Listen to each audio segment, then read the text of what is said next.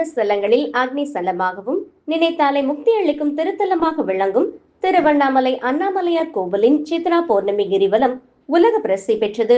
இந்த ஆண்டு சித்ரா பௌர்ணமி கடந்த 30ஆம் தேதி இரவு 9:58 மணிக்கு தொடங்கி 1ஆம் தேதி இரவு 11:08 மணிக்கு நிறைவடையும் என்பதால் 2 நாட்கள் பக்தர்கள் கிரிவலம் மேற்கொள்ளலாம் என்று அண்ணாமலையார் கோவில் நிர்வாகம் சார்பில் அறிவிக்கப்பட்டது.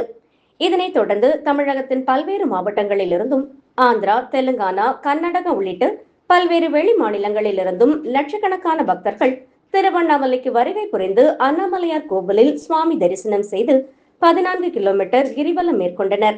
அப்போது கிரிவல பாதை மற்றும் அண்ணாமலையார் கோவிலில் பக்தர்கள் காணிக்கை செலுத்தும் வகையில் உண்டியல் வைக்கப்பட்டது.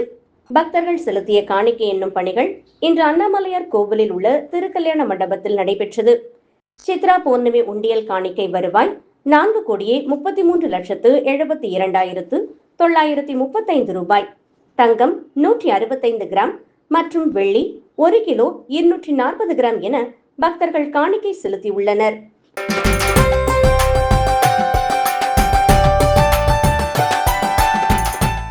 மயிலாடுதுறை மாவட்டம் மயிலாடுதுறை அடுத்து முருகமங்கலம் கிராமத்தில் உள்ள கிராம தெய்வமாக அருள்பாலித்து வரும் ஸ்ரீ பால மாரியம்மன் ஆலயம் பல குடும்பங்களுக்கு குலதெய்வமாக இருந்து வருகிறது. இந்த ஆண்டு சித்திரை மாதம் தீமிதி திருவிழா நடைபெற்றது. இந்த தீமிதி திருவிழாவை முன்னிட்டு கடந்த 8ஆம் தேதி பந்தக்கால் முகூர்த்தத்துடன் விக்னேஸ்வர பூஜை செய்து பக்தர்களுக்கு காப்பு கட்டும் நிகழ்ச்சி நடைபெற்றது. அதனை ஒட்டி இன்று காப்பு கட்டிய பக்தர்கள் கரகம் காவடி எடுத்து வீதி உலா வந்து கோவில் முன்பு அமைக்கப்பட்டிருந்த தீக்குண்டத்தில் இறங்கி தீ மிதித்து விரதமிருந்த பக்தர்கள் தங்களது நேர்த்தி கடனை செலுத்தினர். தொடர்ந்து பக்தர்கள் அனைவருக்கும் அன்னதானம் வழங்கப்பட்டது.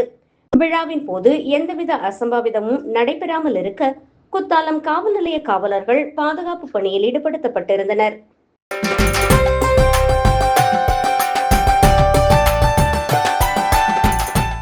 தூத்துக்குடியில் உள்ள பழமையான வடபாகம் அருள்மிகு சந்தன மாரியம்மன் ஆலயத்தில் சித்திரை மாத திருவிழா வெகு சிறப்பாக நடைபெற்றது. திருவிழாவை முன்னிட்டு ஆலய வளாகத்தில் 201 பானைகளில் பொங்கல் வைத்து பெண்கள் வழிபாடு நடத்தினர்.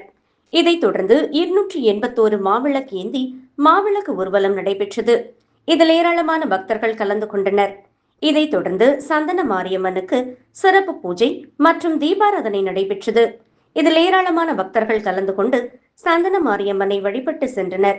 இதற்கான ஏற்பாடுகளை அறங்காவலர் குழு தலைவர் துரை தலைமையிலான நிர்வாக குழுவினர் செய்திருந்தனர்.